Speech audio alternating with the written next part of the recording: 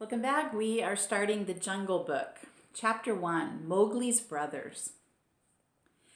It was 7 o'clock of a very warm evening in the Seeonee Hills when Father Wolf woke up from his day's rest, scratched himself, yawned, and spread out his paws one after the other to get rid of the sleepy feeling in their tips.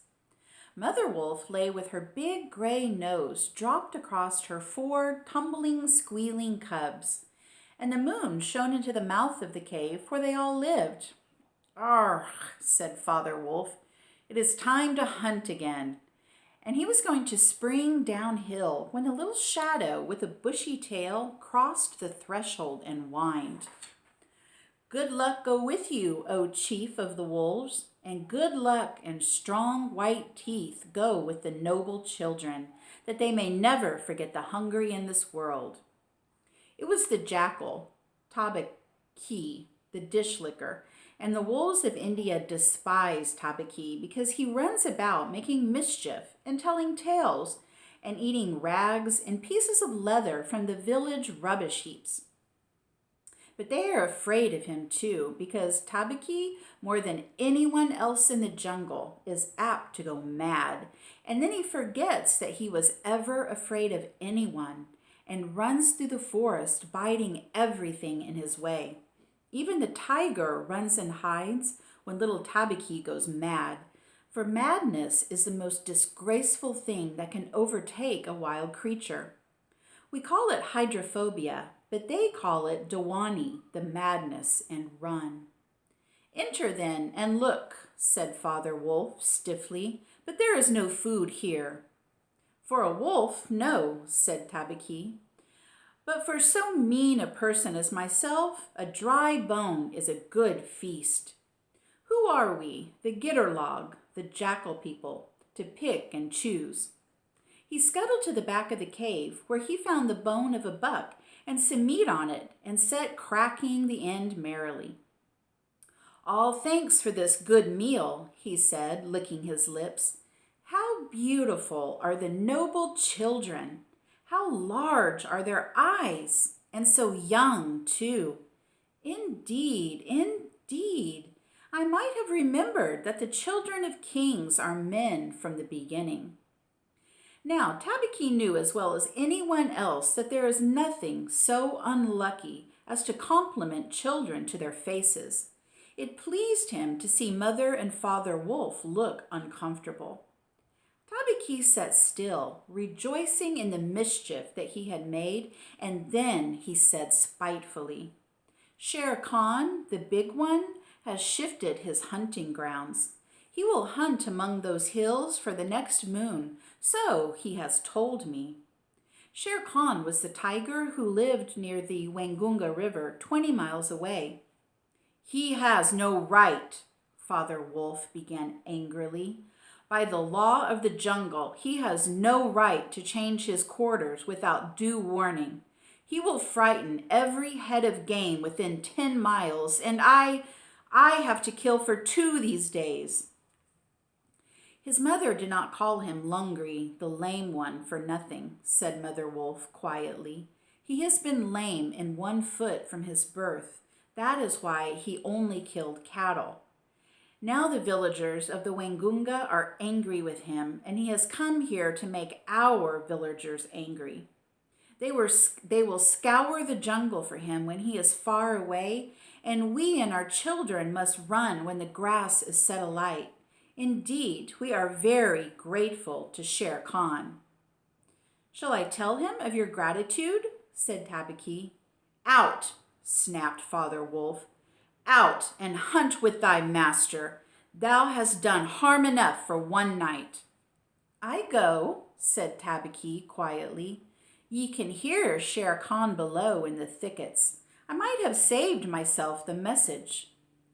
Father Wolf listened, and below in the valley that ran down to a little river, he heard the dry, angry, snarly, sing-song whine of a tiger who has caught nothing and does not care if all the jungle knows it. "The fool," said Father Wolf, "to begin a night's work with that noise. Does he think that our buck are like his fat Wengunga bullocks?" Shh!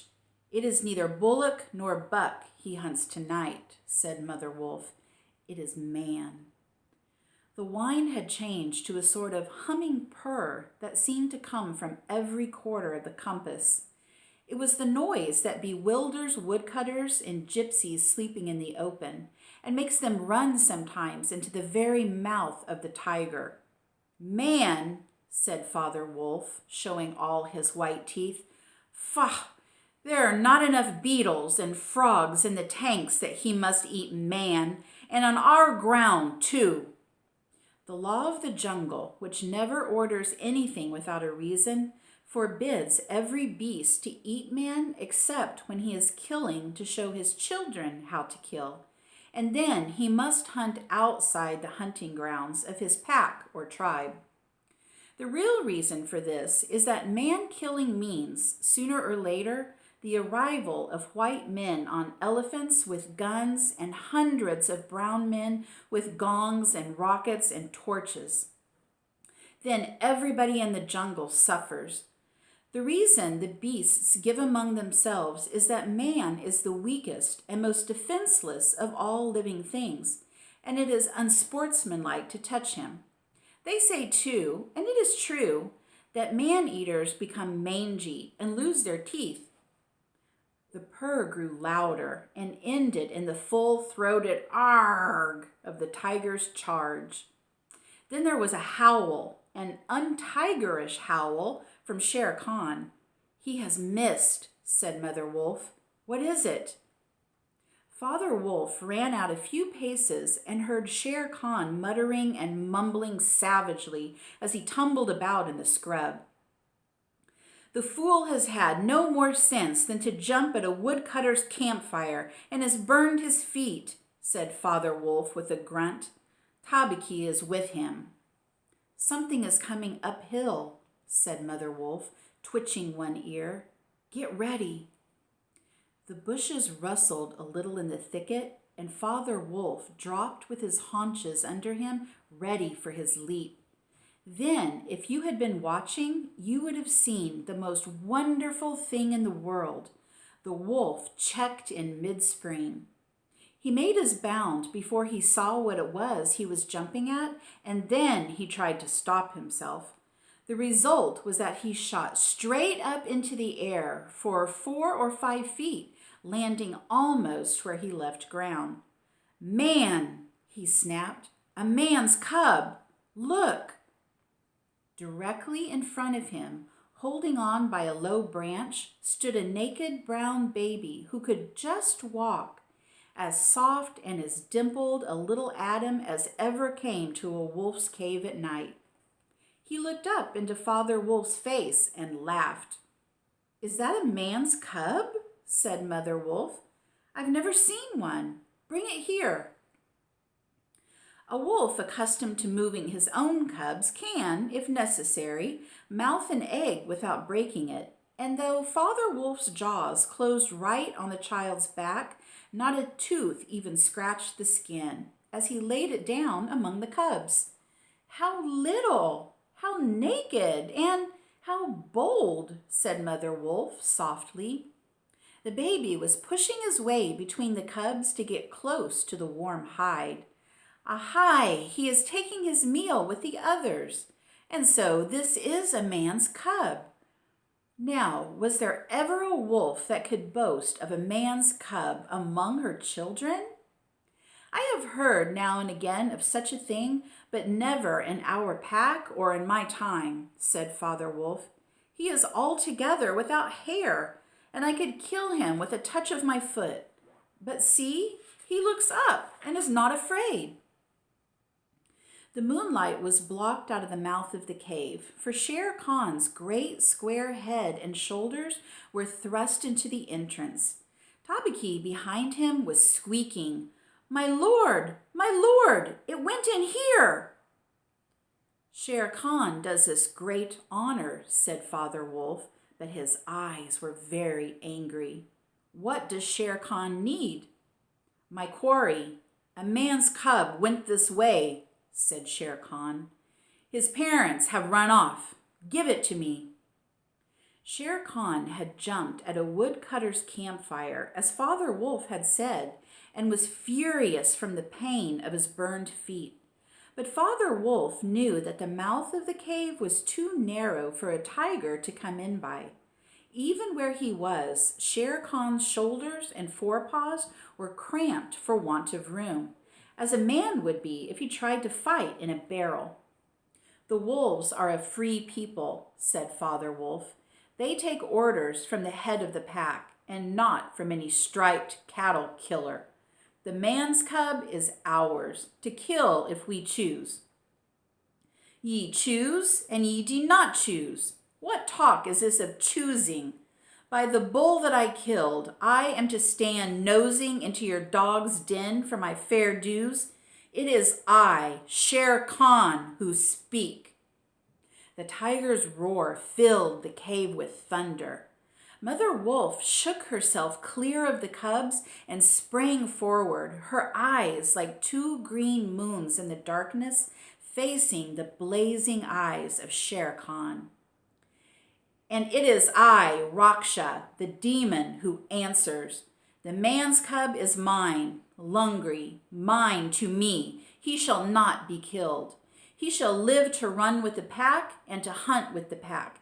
And in the end, look you, hunter of little naked cubs, frog eater, fish killer, he shall hunt thee.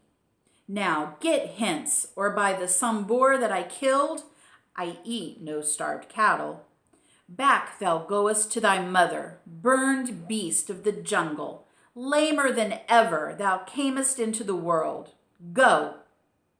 Father Wolf looked on amazed. He had almost forgotten the days when he won Mother Wolf in a fair fight from 5 other wolves, when she ran in the pack and was not called the demon for compliment's sake.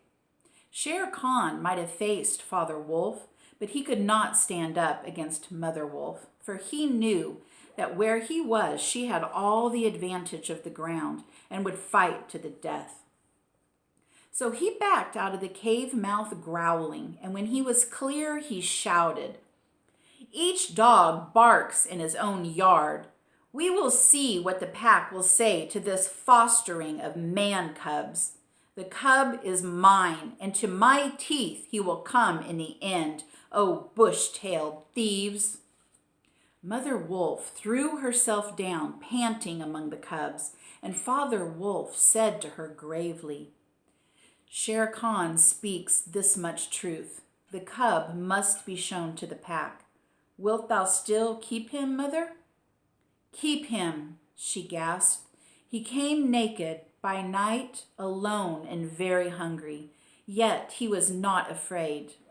Look, he has pushed one of my babes to one side already, and that lame butcher would have killed him and would have run off to the Wengunga while the villagers were hunted down through all our lairs in revenge. Keep him? Assuredly I will keep him. Lie still, little frog, O thou Mowgli. For Mowgli the frog I will call thee. The time will come when thou wilt hunt Shere Khan as he has hunted thee." "But what will our pack say?" said Father Wolf. "The law of the jungle lays down very clearly that any wolf may, when he marries, withdraw from the pack he belongs to. But as soon as his cubs are old enough to stand on their feet, he must bring them to the pack council, which is generally held once a month at full moon, in order that the other wolves may identify them. After that inspection, the cubs are free to run where they please, and until they have killed their first buck, no excuse is accepted if a grown wolf of the pack kills one of them. The punishment is death, where the murderer can be found, and if you think for a minute, you will see that this must be so." Father Wolf waited till his cubs could run a little, and then on the night of the pack meeting, took them and Mowgli and Mother Wolf to the council rock, a hilltop covered with stones and boulders where 100 wolves could hide. Akela, the great gray lone wolf, who led all the pack by strength and cunning, lay out at full length on his rock, and below him sat 40 or more wolves in every size and color, from badger-colored veterans who could handle a buck alone to young black 3-year-olds who thought they could. The lone wolf had led them for a year now. He had fallen twice into a wolf trap in his youth, and once he had been beaten and left for dead. So he knew the manners and customs of men. There was very little talking at the rock. The cubs tumbled over each other in the center of the circle where their mothers and fathers sat. And now and again, a senior wolf would go quietly up to a cub, look at him carefully, and return to his place on noiseless feet. Sometimes a mother would push her cub far out into the moonlight to be sure that he had not been overlooked. Akela from his rock would cry, "Ye know the law, ye know the law. Look well, O wolves." And the anxious mothers would take up the call, "Look, look well, O wolves." At last, and Mother Wolf's neck bristles lifted as the time came, Father Wolf pushed Mowgli the Frog, as they called him, into the center, where he sat laughing and playing with some pebbles that glistened in the moonlight. Akela never raised his head from his paws, but went on with the monotonous cry, "Look well!" A muffled roar came up from behind the rocks, the voice of Shere Khan crying, "The cub is mine. Give him to me. What have the free people to do with a man's cub?" Akela never even twitched his ears. All he said was, "Look well, O wolves. What have the free people to do with the orders of any save the free people? Look well." There was a chorus of deep growls, and a young wolf in his 4th year flung back Shere Khan's question to Akela. "What have the free people to do with a man's cub?" Now, the law of the jungle lays down that if there is any dispute as to the right of a cub to be accepted by the pack, he must be spoken for by at least 2 members of the pack who are not his father and mother. "Who speaks for this cub?" said Akela. "Among the free people, who speaks?" There was no answer, and Mother Wolf got ready for what she knew would be her last fight if it came to fighting. Then the only other creature who was allowed at the pack of council, Baloo, the sleepy brown bear who teaches the wolf cubs the law of the jungle, old Baloo, who can come and go where he pleases because he eats only nuts and roots and honey, rose upon his hind quarters and grunted. "The man's cub? The man's cub?" he said. "I speak for the man's cub. There is no harm in a man's cub. I have no gift of words, but I speak the truth. Let him run with the pack and be entered with the others. I myself will teach him." "We need yet another," said Akela. "Baloo has spoken, and he is our teacher for the young cubs. Who speaks besides Baloo?" A black shadow dropped down into the circle. It was Bagheera, the Black Panther, inky black all over, but with the panther markings showing up in certain lights, like the pattern of watered silk. Everybody knew Bagheera, and nobody cared to cross his path, for he was as cunning as Tabaqui, as bold as the wild buffalo, and as reckless as the wounded elephant. But he had a voice as soft as wild honey dripping from a tree, and a skin softer than down. "O Akela, and ye the free people," he purred, "I have no right in your assembly, but the law of the jungle says that if there is a doubt, which is not a killing matter in regard to a new cub, the life of that cub may be bought at a price. And the law does not say who may or may not pay that price. Am I right?" "Good, good," said the young wolves, who are always hungry. Listen to Bagheera. The cub can be bought for a price. It is the law. Knowing that I have no right to speak here, I ask your leave. Speak then, cried 20 voices. To kill a naked cub is shame. Besides, he may make better sport for you when he is grown. Baloo has spoken in his behalf. Now, to Baloo's word I will add 1 bull and a fat one, newly killed, not half a mile from here, if ye will accept the man's cub according to the law. Is it difficult? There was a clamor of scores of voices saying, What matter? He will die in the winter rains. He will scorch in the sun. What harm can a naked frog do to us? Let him run with the pack. Where is the bull, Bagheera? Let him be accepted. And then came Akela's deep bay, crying, Look well, O wolves. Mowgli was still deeply interested in the pebbles, and he did not notice when the wolves came and looked at him one by one. At last they all went down the hill for the dead bull, and only Akela, Bagheera, Baloo, and Mowgli's own wolves were left. Shere Khan roared still in the night, for he was very angry that Mowgli had not been handed over to him. Aye, roar well, said Bagheera under his whiskers, for the time will come when this naked thing will make thee roar to another tune, or I know nothing of man.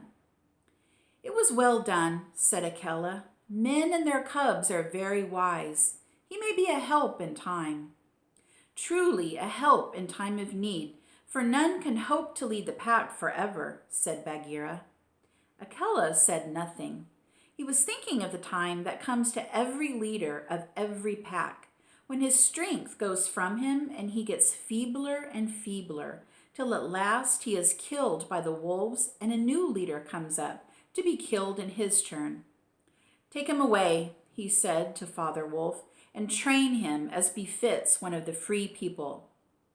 And that is how Mowgli was entered into the Seeonee wolf pack for the price of a bull and on Baloo's good word. All right, we're going to stop there, and then I will continue we're starting on page number 12 the next time. Thanks for watching, and I'll see you soon. Bye.